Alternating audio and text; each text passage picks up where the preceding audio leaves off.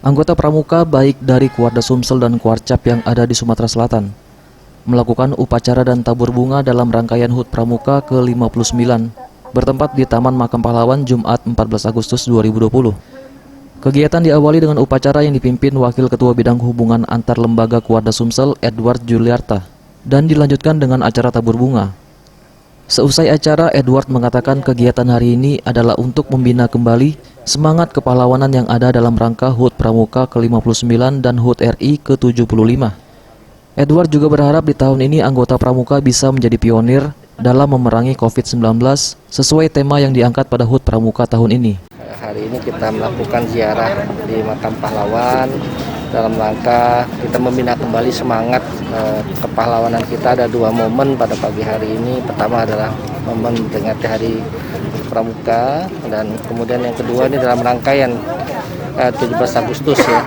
Kita berharap Pramuka menjadi pionir sebagai bagian dari suatu pendidikan karakter yang bisa memberikan pemahaman kepada masyarakat bahwa dengan pandemi kebersamaan bagaimana bisa dijalankan dan juga sekaligus memberikan pembinaan kepada masyarakat bagaimana kita berperilaku hidup bersih, menjaga jarak dan bagaimana.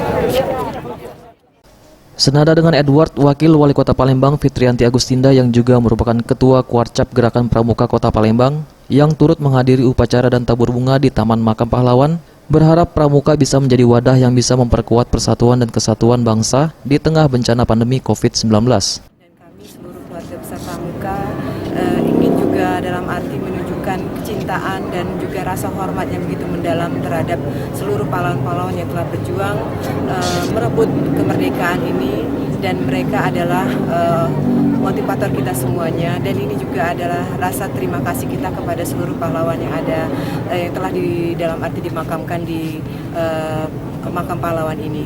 Dan kita berharap pramuka ke depan akan selalu menjadi wadah di mana seluruh masyarakat bisa untuk memperkuat persatuan dan kesatuan kita ke depan. Karena ingat, saat ini negara kita tengah mengalami bencana yang cukup besar, yaitu COVID-19. Tentu kita berharap pramuka sebagai salah satu wadah yang nanti juga bisa memberikan bantuan kepada masyarakat dan juga memperkuat tali persatuan dan kesatuan silaturahmi ke depan. Reza PM, Sriwijaya TV.